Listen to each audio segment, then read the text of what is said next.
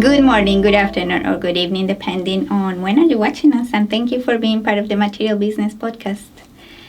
Today we are in a super nice place. We are recording in a studio.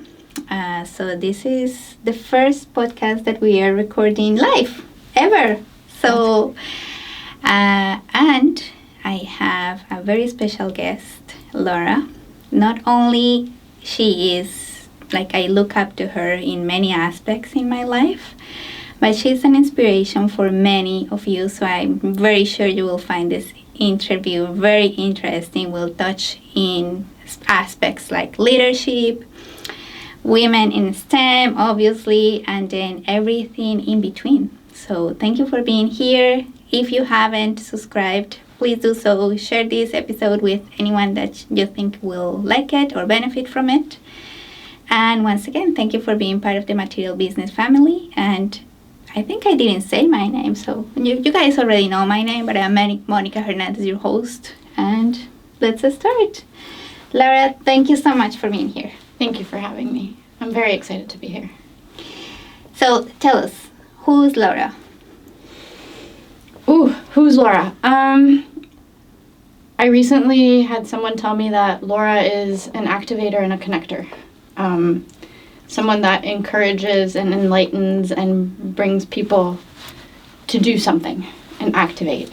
And I like to connect with people, both myself and with others. So that's been a big focus of mine lately, is activating and connecting with those that share the same values as I do. So amazing.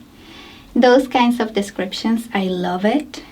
Because it really tells us a little bit more about the person. In this podcast, we talk about technical a lot. We love atoms, we love materials, coatings and all that. But we also, one of our values, now that we are speaking about values, is who is that person behind that title? Who is that person behind the lab, the PhD, or whatever you want to say? Like, who is that person and what is that bringing up to the world? So thank you for giving us such an amazing introduction. I totally agree. You're absolutely a connector, and I can add to that every time that you come into a space, it brightens up. So thank you. Yeah, it is really, really nice. So now another very interesting thing is when I started this podcast journey, the first episode I recorded was for women in Corrosion, and I had you, I had Priyanka, and I had Elaine. Yes. And that was the very first one. That was your first one? Yeah. Oh, that's so exciting. Okay. It is. So we are closing, coming back in the loop, I guess. And this will be the first episode for 2025. And that's been now 2 or 3 years in the making. That's exciting. So it is really good. Thank you for your time, for being always, so willing to share and then help other people that may, I always say things get, like songs or books or episodes get to someone at the exact moment that they need it. So whoever needs it today, there you go. Hopefully it helps. And thank you to you as well, because you've created this space where you're able to show up authentically as yourself. And that's rare, because we sometimes kind of show up in ways where we think people want to see us that way, and we present ourselves in a way where we think that's what it ought to look like. And really, when we're ourselves and we present ourselves as who we are, be it engineers, coating specialists, corrosion people, whatever you are, that's really when we shine a light on those things that we're passionate about. So I'm really happy to be able to share this space with you, and I congratulate you on doing this now for so long and being able to provide this platform for everyone. It's amazing. Thank you. I really like it, and it's exactly that. It's allowing people to be themselves. Because it took me a long time to acknowledge that it was okay to be yourself, to be myself, and then to say, I don't want to be here. Yeah. And so I go somewhere. This space or this place or this job or this career, whatever it may be, doesn't serve me. And what does serve me? Where do I go? Right? Exactly. Yeah. So it's a very interesting journey of finding what is it that you truly are and where do you truly want to be. Yeah. Because it goes really fast. So whoever is here listening and is 20, don't worry, you'll be my age in no time. So it's those kinds of things. It's important to say it's good to have someone that is in such a position saying, it's fine. Mm. You need to take a mental break today, take it. Yeah. Is your son sick? Go and be with your son. It's whatever is happening. Your dog died? Go with your dog. Like, it's being able to humanize the profession is very important. I think so. I agree. So why did you end up in this realm of materials? And I know you have had it wasn't only in one place. Like you have travel the world. Yes. I like to think of myself as a citizen of the world. And how did I get here? That's always an interesting question. I've always said that I sort of just landed in corrosion. It wasn't something I actively chose or I actively looked for. But I do have to say that I think one of the things that defined me was I had role models in my mom and in my dad and in my family that were all in STEM-related fields. And so for me, it was normal to see women already in those jobs. So I grew up seeing that whatever career path I chose, it was okay, whether you're a man or a woman or, whatever you decide you want to do is fine. And so I had those role models, and I ended up just kind of falling into engineering because I'm a very regimented person. In certain aspects of my life, I can be very precise and very accurate, and so engineering just felt natural. But corrosion was more by chance. It seemed interesting. I saw the subject matter in university. I was like, it seems kind of like something I would like. Let me see what it feels like, if I enjoy it, and I ended up falling in love with it, and it's become this like beautiful path that I've been kind of walking the last 20 years, and I've really enjoyed it from university all the way to where I am right now. So it was a mixture of having those role models, but also a lot of luck and a lot of chance as well. So yeah. Nice. It's I will say something here that is contradictory. I don't and that's just who I am, because I don't really believe in luck. I think you work for it. Like, it's not luck that gets you someplace. Is your determination and your grit and your desire and your work, and you cannot be healthy if you don't force yourself to eat healthy. If you like a lot, I don't know, hamburgers or fries or... but it's just that continuous work that gets you there. So, and I have seen you grow for a long time. Like Laura and I worked for a long time together. So it's that side of me that is like, not only have I seen you grow in the professional side, but the personal as well, and very much I very much enjoy seeing how like people blossom and then they it's like a butterfly, and then they go, and it's like I really enjoy that. So I agree, it had a certain portion of, okay, let's try this, but it's also the determination that is yours. Yeah, and I think don't be fooled, because I am positive and friendly, but there is a drive and a passion and a determination that there's certain things I want to achieve, there's certain things I want to do, and that passion and that drive really does push me forward constantly. And it's not just because I want to achieve a certain thing. There's also a level of pushing outside of my comfort zone Mm-hmm. and learning new things and exposing myself. And it's a very vulnerable place to be, especially when you've already been working for 15, 20 years, to say, I'm going to pivot and try something completely different. And it's a very scary but very beautiful place to be, because you continuously evolve, and that passion and that drive and that determination takes you to places that are really amazing, because you continue to grow, you continue to learn, and you just become a better person and a better professional throughout the whole thing. Even after 20 years in working in the corrosion industry, I'm still learning something new every day. And that to me is just amazing. That's part of the reason why I love the job so much. Amazing. Yeah. Well, that's part of the reason Infinity Growth is called Infinity Growth, right? It is.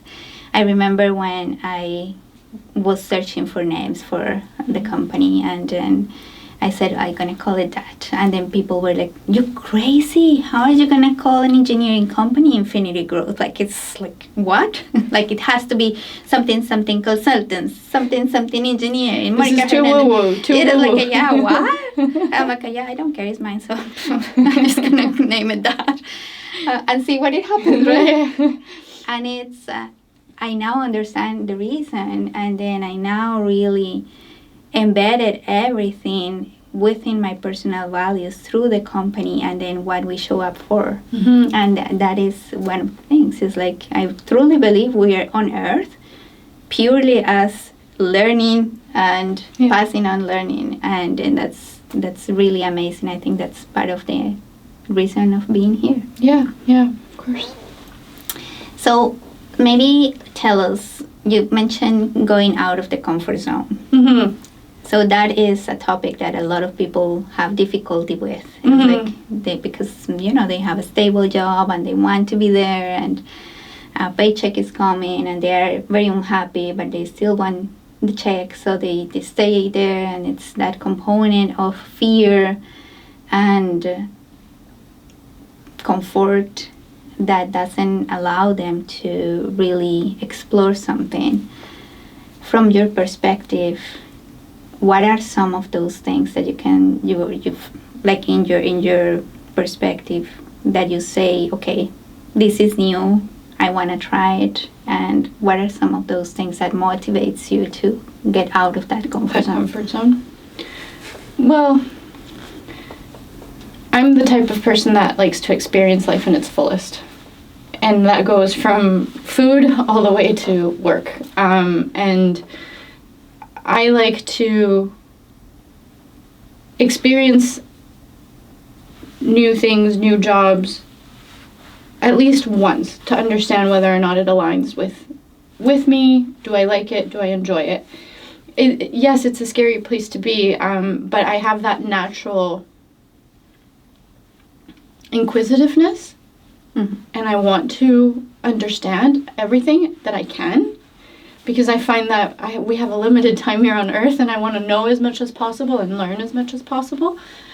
So that natural curiosity, I think, pushes me outside of my comfort zone.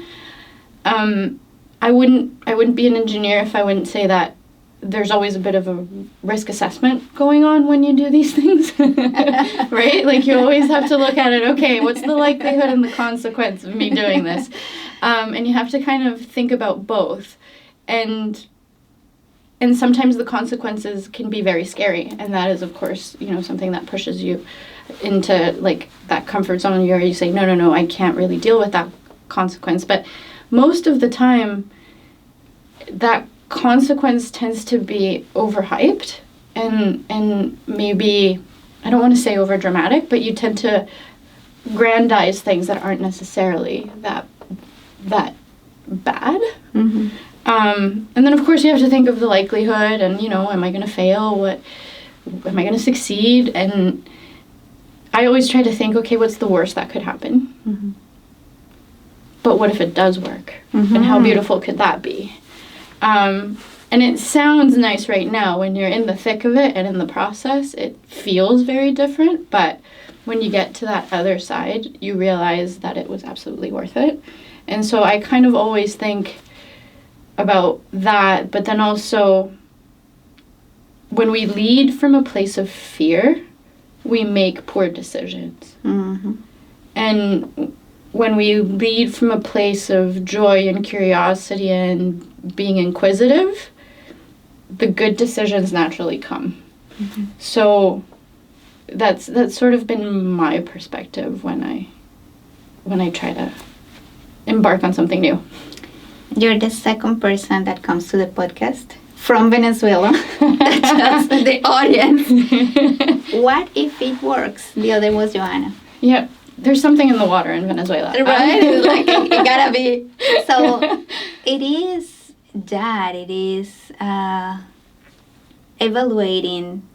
Yeah, like we naturally humans want to go to the worst case scenario, right? And overthink everything. And then what if it is so scary, and what if I don't have success, or look, whatever it is. And but then after, if you analyze what can happen if I actually nail it, and just that in its own will open up your mind into possibilities. And you might not take action. Listen to me, maybe you don't, but at least you open up the idea in your mind. Yep.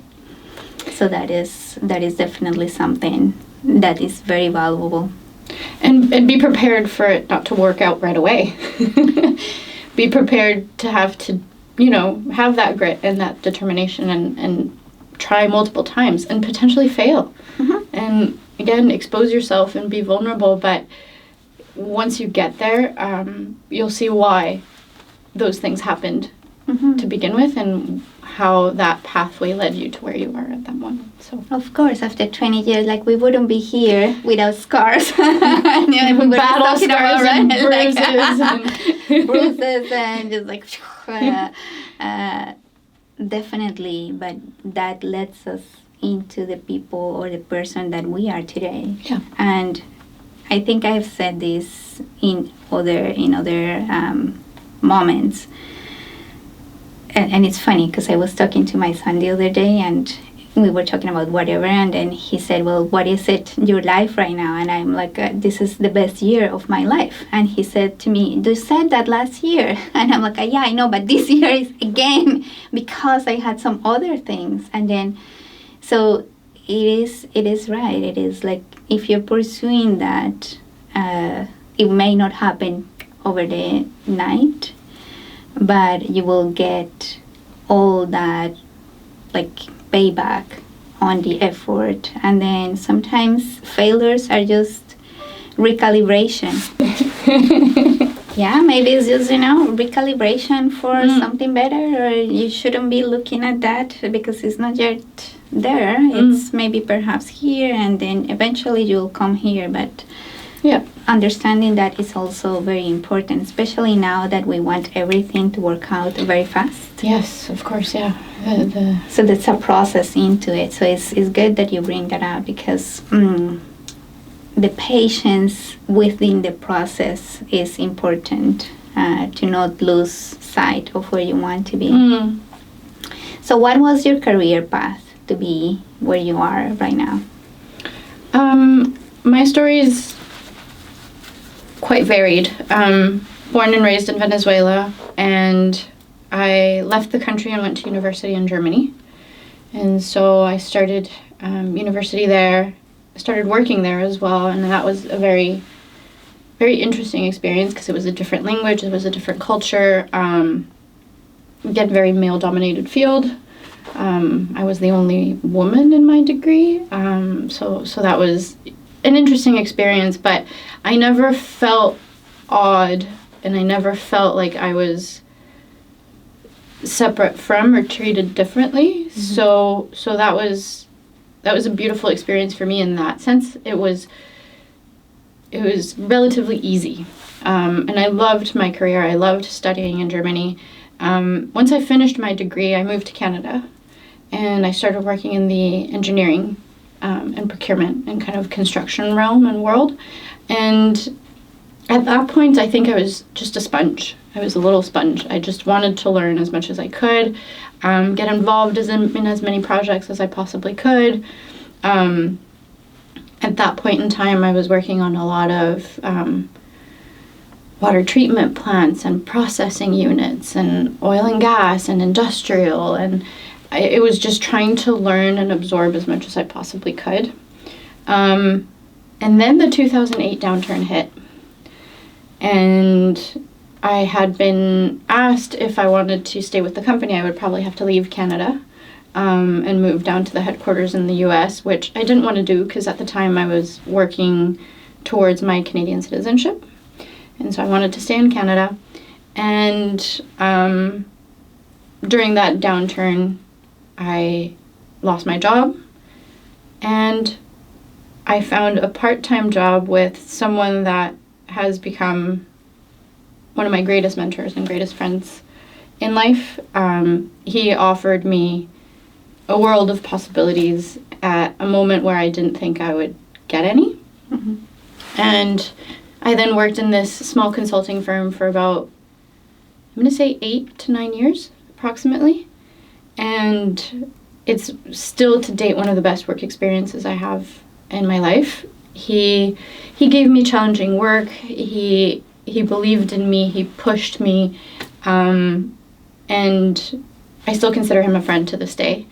I ultimately left the company and joined Lloyd's when I started working with you. Mm-hmm. And that was an interesting transition because up to that point I had been working in purely corrosion and materials related work. Very highly technical, all related to material selection and corrosion mitigation. And when I joined Lloyd's and started working with you, it was interesting from a technical perspective to kind of see the other side of the coin. You know, we kind of talked about likelihood and consequence before, and now I was working in that kind of risk space. So it was really interesting to start tying together, you know, corrosion and the likelihood. What consequence does it have and what impact does it have? And I started looking at it more broadly in the sense of, like, if something were to happen, how does that impact the environment, the public?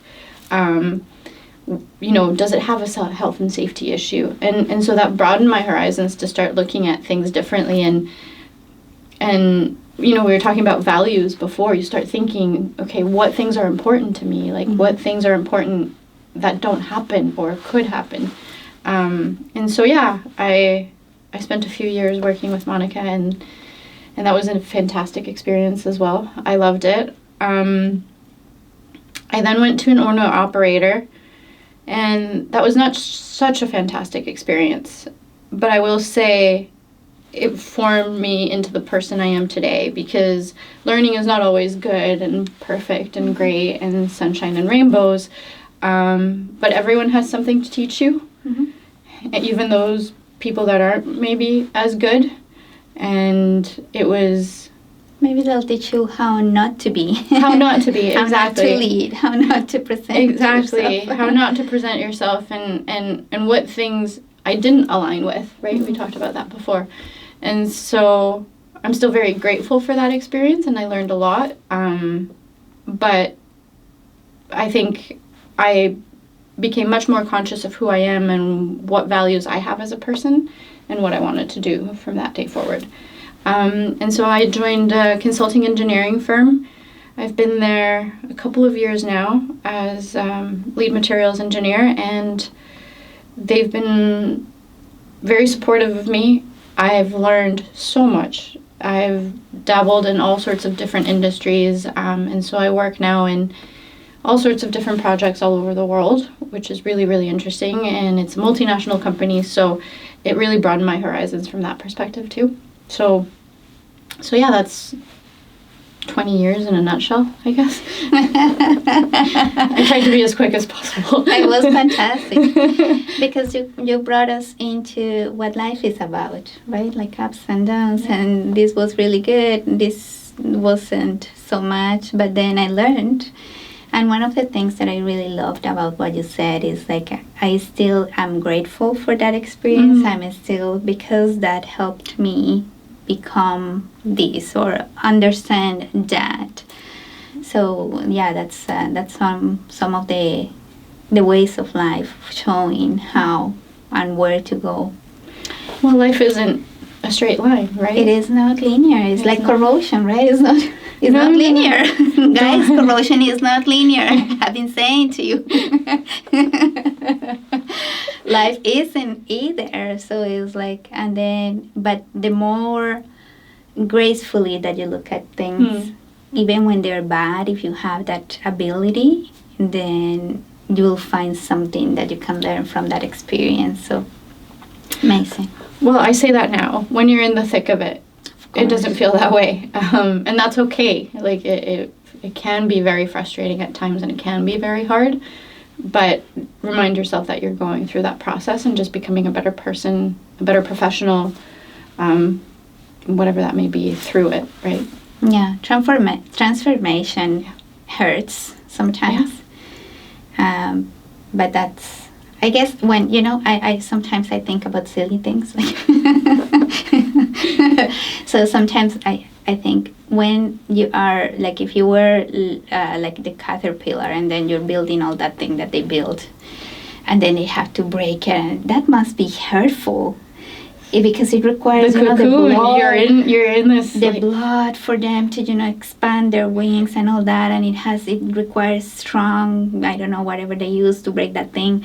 It's like that must hurt, and it's sometimes life is that, right? Like when we are giving birth to a baby, it hurts really bad, really bad, but for something beautiful. So it's like all the experiences, sometimes we have that conception again, like quick and painless, and sometimes pain is a really good teacher.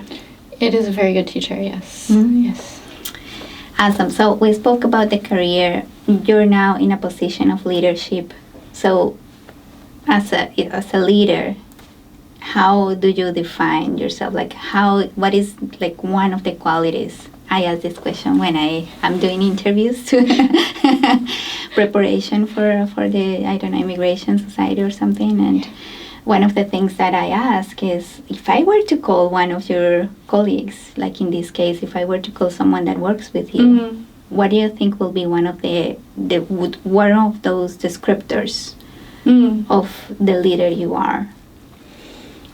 I think you sort of touched on it at the beginning of our chat, and I thought that was really beautiful of you to say that, because I'm always flattered when you say that, but when people say that, but I do lead with positivity and with encouragement, and I like to make every place I go to and everywhere I work a fun, engaging place to be.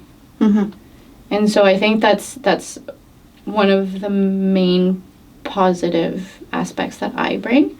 I'm also very determined and very organized. So those two things tied together, I think, are maybe a little bit rare. So, I think that's probably one of the main qualities that I would say I bring to the table, is just encouragement, positivity, and just making the place, every place I walk into, a place that is uplifting and not the other way around.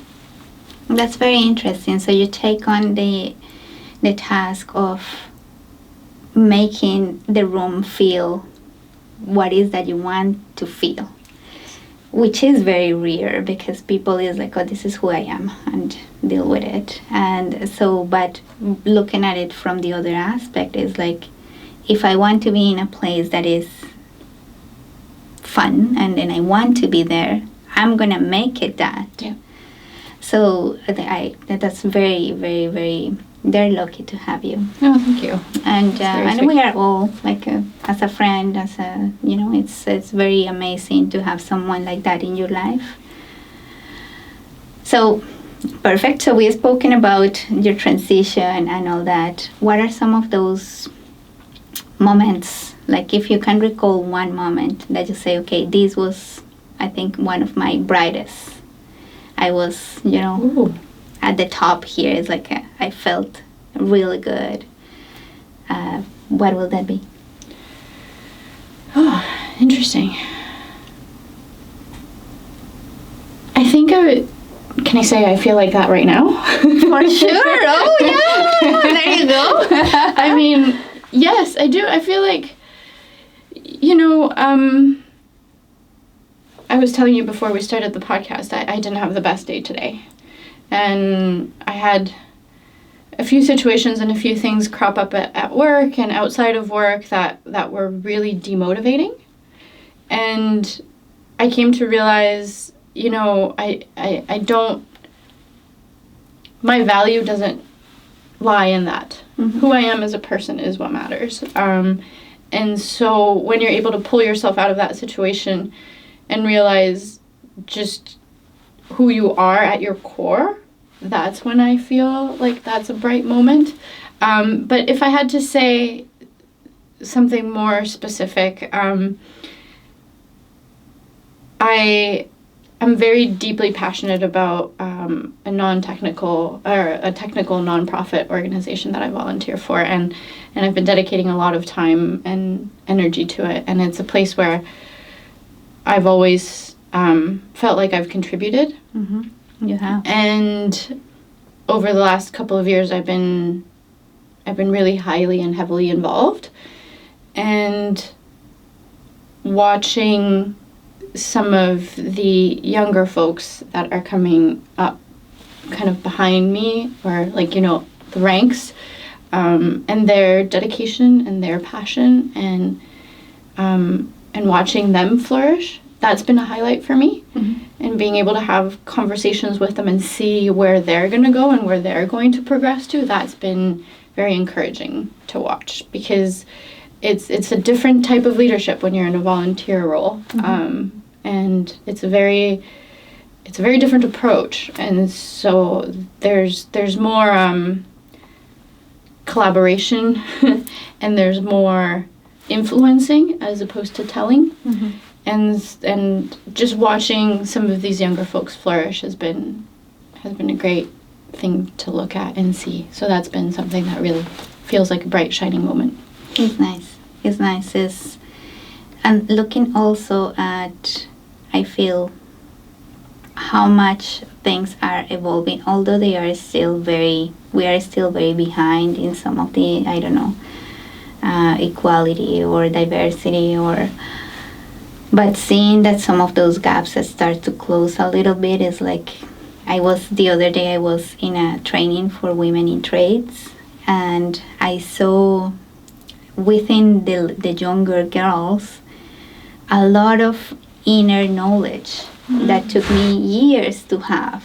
And I was amazed, and obviously I congratulate them. I'm like, can I hug you? It was so amazing to see that they have already within them something that took, in my case, many years to get. Absolutely. So it is very interesting to bring that up, and obviously seeing other people flourish is very rewarding. It is, yeah. It is a nice thing to have.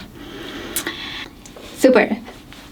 So, okay, we have talked about the younger generation. What do you think is this industry forecast? 5-10 years, now that you have an insight of other industries. It's not only oil and gas, but in the materials, corrosion. How do you see this evolving over the next little while? Well, I think you've talked about it a lot on your podcast, the sustainability space, additive manufacturing, AI, tying all of those things together, and using that, for example, for bridge inspections and drone inspections, to then use deep learning models to, look at corrosion underneath coatings. So where does it actually go? That's the $1 million question. But there's a lot of places that this can evolve to, and it's very interesting. And there's so many different areas and aspects that it could go to, but I think those would be probably the top topics of the future. But corrosion, at the end of the day, is relatively simple and basic. So the basics I don't think will ever go anywhere. And I shouldn't say simple because it can be very complex in some aspects. But I think the fundamentals remain. But things like sustainability, energy transition, water, wastewater is going to be, and I think, another huge one that we tend to forget amongst the more glitzy and glamorous AI topics.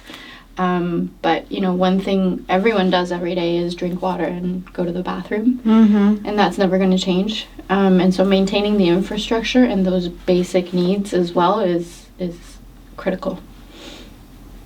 Very interesting. And that is so true. A lot of people, when they're deciding careers, and I remember when I said I went to study, metallurgical engineering, and my mom burst into into tears because she imagined I was in a foundry, like a super, hot and dirty, and she's like, oh.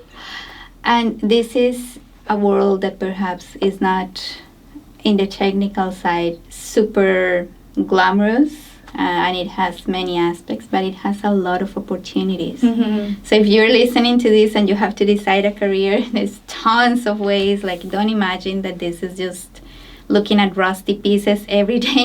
No, it doesn't go that way. Like, it can, but the other side is like there is so many areas where you can use your expertise. Of course, yeah. And there's microchips, electronics, biomedical, there's such a breadth of possibility within this space, and that's why I say it's exciting, because you can always continue to learn and evolve within the same space. Learning about biomedical corrosion is completely different to learning about corrosion in electronics, and then if you bring in coatings, non-metallics, ceramics, the possibilities are just endless. Yeah, the biomedical space, we had that podcast, and in my face in the whole podcast I'm like this, because to me it hits home very closely. My mom has a hip that is replaced, and we have not been able to see what is it, right? Because you don't have, as a patient, it's very interesting when you go to Rona, you have or whatever hair store, you have the choice of the screw that you want to use is what material, and is that galvanized or is not, or is what kind of coat.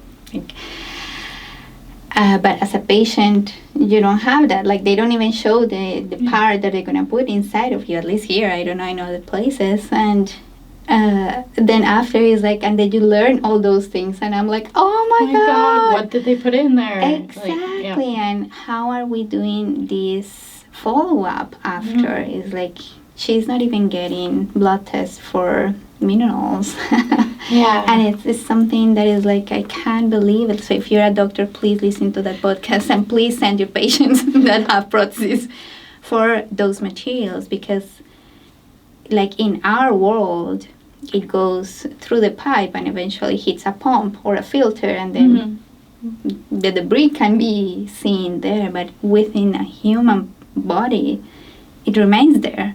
So, and it has consequences. So, yeah, the realm, and that's one of the reasons I really love the podcast. It's allowed me to speak with so many professionals from so many different parts of the world, doing things, all of them within the materials realm, but at so many different levels that you're like, oh my God, it's like I really want to put this together. And then I'm very, very grateful for people that like you that come here and then just share their time with you guys, the audience. And then it is, to me, I would have killed to have someone show me things like that or explain to me things in that way. So yeah, it's I think it's very important, and it's definitely one of those professions that AI is not going to take away, because there is so many areas that you can actually enhance the results with the use of technology. Yeah, no, definitely. And I think, again, we talk about sort of the future and where that could go, but we also need to kind of remain grounded in the present and remain grounded in the fact that we have aging infrastructure. Building collapses and bridge collapses and fundamental basic things that still require action from us as corrosion engineers as well. And so there's kind of that spectrum, right, of the AI realm versus the very basic water pipe in your house. So it's just a breadth of opportunity, and in some cases it's also, like everything, good or bad, right, can come from both. So awesome. What will you tell Laura 20 years ago?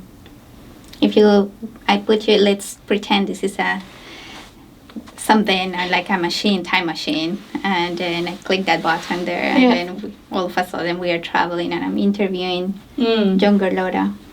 Or you're interviewing yourself. I'm interviewing myself? Okay. What will you tell yourself? Oof. Probably chill out. Don't try so hard. Like, it'll come. It'll come in due time. Just, enjoy the process. So I think when I was younger, I was just so eager. I just kept pushing, and I wanted to do it quicker or faster or be better. And I think I might have lost the beauty of, like, learning through the process, just trying to get through it. So I would probably say relax, chill out. Maybe use less makeup. But yeah, I think that would probably be it. Just, enjoy the process. Don't try to get to a destination. You'll naturally find your way to it. It's very important. And be present, how important is that? And you learn that through time and space. But yeah, I think it's a gift that we give ourselves. Like, you can have, and I'm sure you have many things to do after this or while we're here, but being here present, it is so important because we are enjoying it. And then that shows up. And it's like the guys or girls that are looking at this or watching this, listening to this, they'll feel that energy. So awesome. So now what will you tell a younger someone that is there trying to decide, should I go this way or should I look around or should I pursue this or should I not? I think there's always going to be pros and cons. There's always going to be, things that you either agree with or don't agree with or want to do, don't want to do. So I think it's a question of committing to it and going for it with all your heart and all your passion and everything that you can give it. And in some cases it works out beautifully. And if it doesn't, you always have the opportunity to pivot and change and see if there's a different path for you. But obviously I'm biased, and I would say that yes, the corrosion and material space is the space where you want to be. And yeah, like I did in my career, I found it by chance, but I committed wholeheartedly to it, and I've loved every minute of it. And there's been some times where I've had to pivot, but I think that commitment and that drive and that determination is, I think, one of the key things. But yeah, just go for it. Try it. That's the worst that can happen. Yeah. Laura, thank you so much. It's been amazing to have you back. And then now in this beautiful space, and then hopefully all the audience enjoys better quality and having face-to-face, it definitely feels so different from when it is virtual. I would have not have had the opportunity to have so many people from all over the world if it wasn't virtual. But this definitely feels really good. So it's very nice. Hopefully, if you were, looking for a podcast and then close by, just reach out and then we'll make an in-person session. Yes. It's been great having this in person. Yeah, it's been really nice. Any other thing that you want to say, maybe to the audience? Well, thank you for having me. It's been great. I loved having this conversation with you, and I hope you find it useful and it brightens your day. It does. It does. Thank you so much, Laura. And then for all of you guys listening or watching us, thank you again. And we'll see you in the next episode.